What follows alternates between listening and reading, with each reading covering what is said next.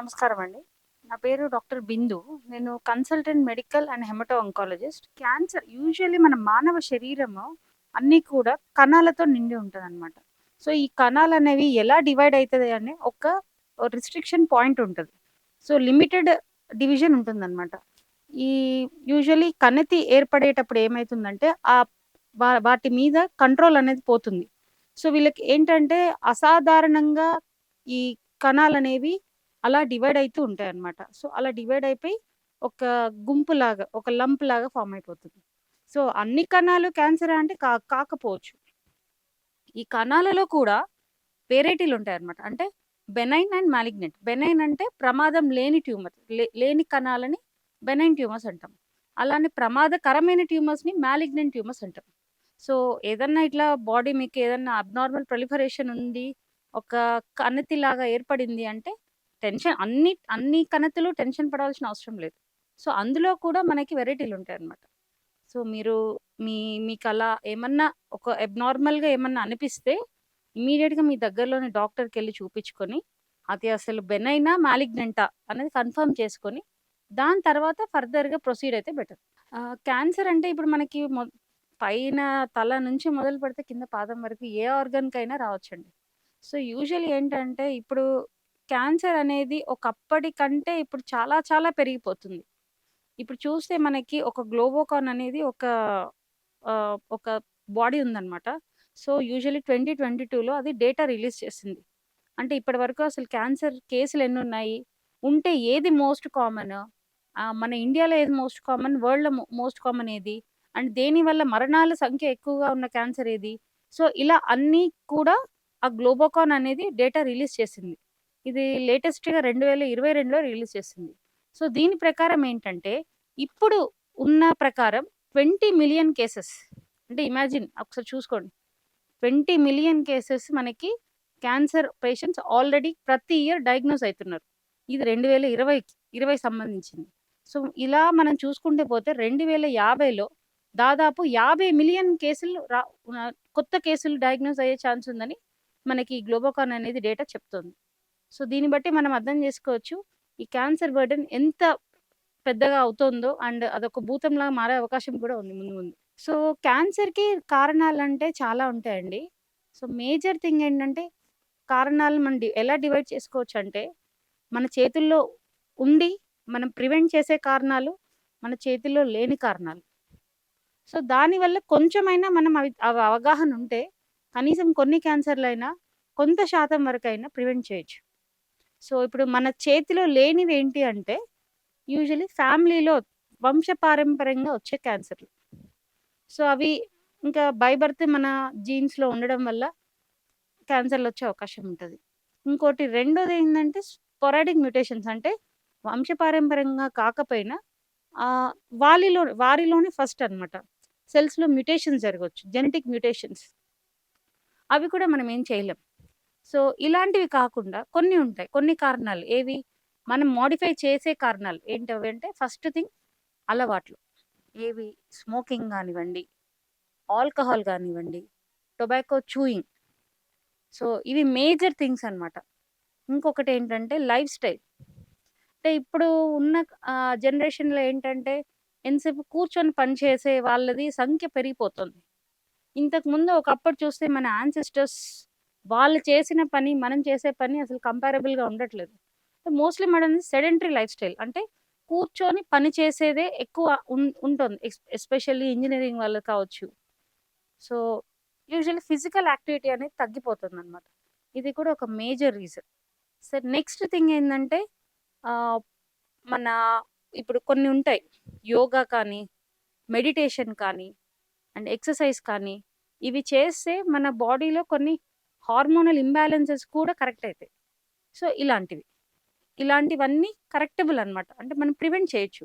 So, అన్ని క్యాన్సర్‌లకి కొన్ని common symptoms ఉంటాయండి.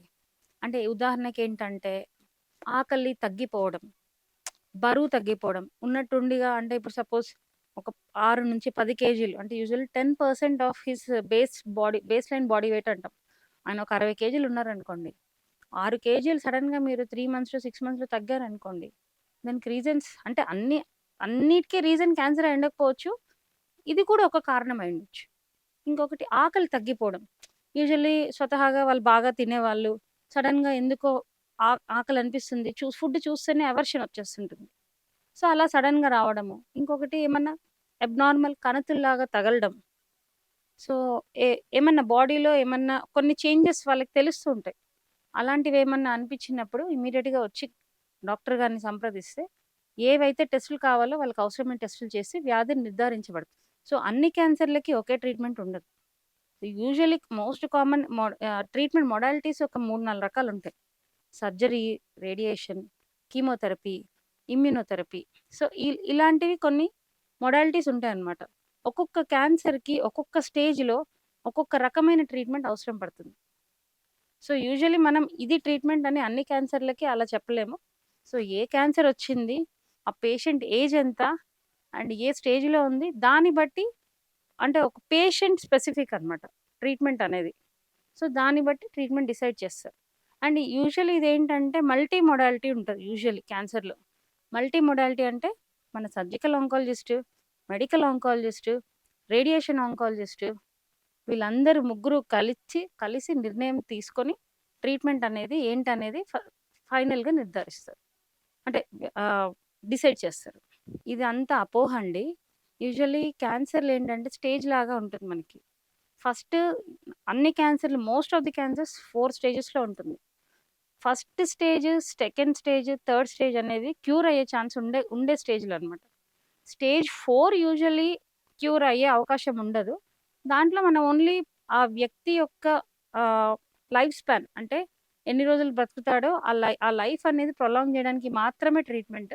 ప్లస్ పాలియేటివ్ అంటే ఆయనకేమన్నా ఇబ్బందులుంటే, ఆ ఇబ్బందులు తగ్గించడానికి ప్రయత్నం చేయడం మాత్రమే చేయగలం స్టేజ్ 4లో. అలా అని జెప్పేసి అన్ని అంటే యూజువల్లీ స్టేజ్ 4 1-2 ఇయర్స్ అని చెప్తామండి. కానీ అన్ని స్టేజ్ 4లో 1-2 ఇయర్స్ కాదు. ఇప్పుడు కొన్ని ఉన్నాయన్నమాట. లైక్ లంగ్ క్యాన్సర్ తీసుకోండి. సో, లంగ్ క్యాన్సర్‌లో కూడా మనము జెనెటిక్ టెస్టింగ్ చేస్తాం. యూజువల్లీ అందులో కూడా టైప్స్ ఉంటాయి. ఒకవేళ పేషెంట్ అడినోకార్సినోమా అయితే, అందులో వాళ్ళకి కొన్ని మ్యుటేషన్స్ ఉంటాయన్నమాట.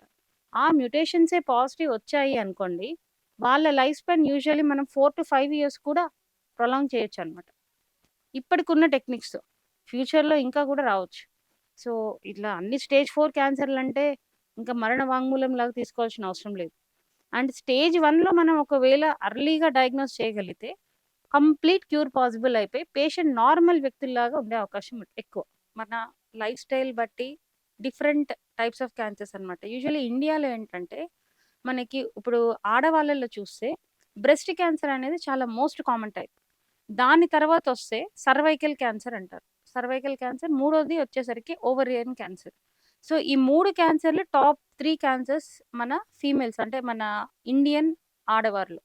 ఒక మేల్స్ వైపు వస్తే మోస్ట్ కామన్ ఇండియన్ మేల్స్‌లో ఏంటంటే lip and oral cavity. Okay. And అంటే నోటి క్యాన్సర్‌లు. రెండోది లంగ్ క్యాన్సర్.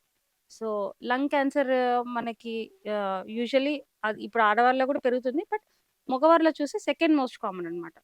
సో, ఇలా డిఫరెంట్ టైప్. ఇప్పుడు మనకెలా అయితే ఇప్పుడు బ్రెస్ట్, సర్విక్స్, ఓవరీ అనేది ఫీమేల్స్‌లో కామన్. అండ్ మనకి మేల్స్‌కొచ్చేసరికి lip and oral cavity, lung cancer అనేది చాలా మోస్ట్ కామన్ టైప్. సో, ఓవరాల్‌గా చూస్తే కూడా ఇద్దరిలో కలిపి అంటే మోస్ట్ కామన్ అలా చూస్తే కూడా లిప్ అండ్ ఓరల్ క్యావిటీ అనేది చాలా కామన్ క్యాన్సర్ అనమాట. దాని తర్వాత బ్రెస్ట్ క్యాన్సర్ కంబైన్డ్‌గా చూస్తే.